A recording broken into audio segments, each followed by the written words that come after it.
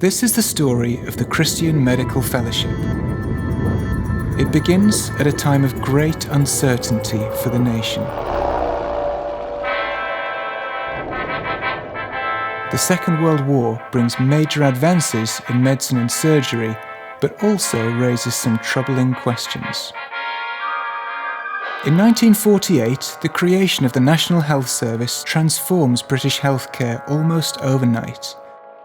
Christian medical students find themselves in growing need of support, as do doctors returning from national service.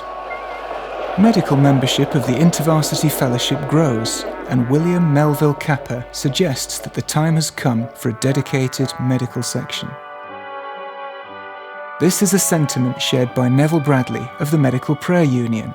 He writes in the British Medical Journal, "The time is opportune to link medical men and women in some more effective way." In 1949, the two movements merge to become the Christian Medical Fellowship. The first General Secretary is Douglas Johnson, a key player in the InterVarsity Fellowship. As a beleaguered Britain looks to the future, CMF establishes its priorities. By the first National Weekend Conference in Bournemouth, a strong ministry ethos has emerged: fellowship, Bible teaching, and topical medical discussion. Equipping members is high on the agenda, and a line of dedicated publications launches with the Christian heritage in medicine. International work also gets underway as links are forged with like-minded groups in Denmark, Switzerland, and Australia.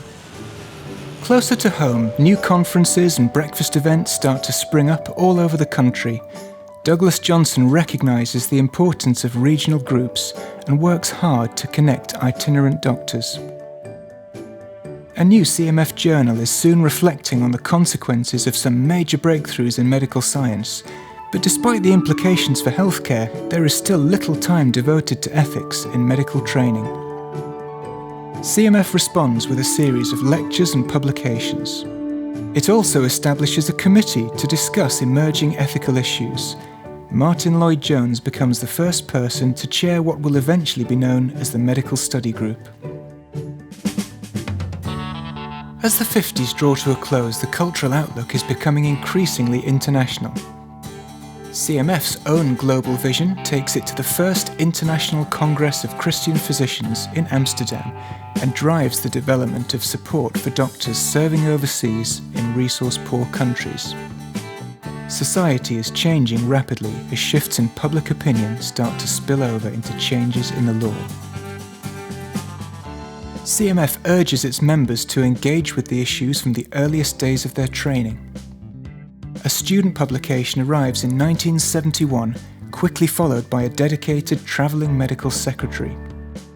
Younger members also have global opportunities, such as visiting the ICCP Congress in Toronto. Here they have the joy of seeing delegates from behind the Iron Curtain worshipping openly for the first time. In 1974, Douglas Johnson steps down as General Secretary to be succeeded by Keith Sanders, under whose leadership graduate membership trebles and a hub of resources begins to take shape. Publications are complemented by a library of audio recordings as CMF explores new ways of keeping Christian medics resourced. International needs are growing and the ministry grows accordingly. In 1986, CMF plays a key role when ICCP becomes the International Christian Medical and Dental Association.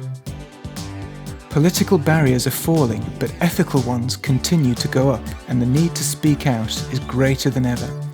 A gifted communicator is required for the role of General Secretary in 1990, which leads to the appointment of Andrew Ferguson. Staff and members alike begin to embrace opportunities for speaking, sharing, and broadcasting. Expansion of the student ministry leads to Peter Saunders becoming the first full-time student secretary in 1991. 1997 sees the launch of the CMF website.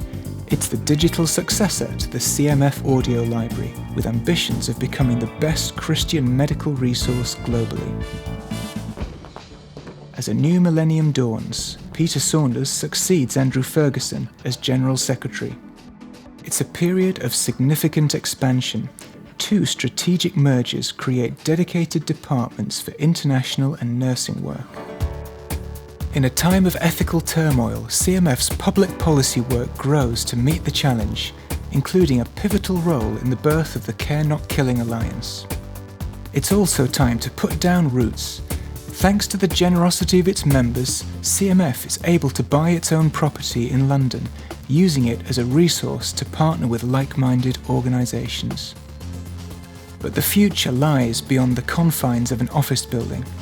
In 2016, steps are taken into the world of high-impact volunteering with the Deeper programme, followed 2 years later by the rollout of Catalyst teams. It's the biggest shake-up of CMF's ministry since its inception, but traces of the earliest regional strategies remain. The continuity is no accident, because whilst the world has changed dramatically, CMF's mission has stayed true: to unite and equip Christian doctors and nurses to live and speak for Jesus Christ. I hope you're inspired to see how God has grown this incredible ministry over the years. By His grace, many faithful men and women have written the early chapters of our history. I hope that you'll join us in His strength as together we write the next one.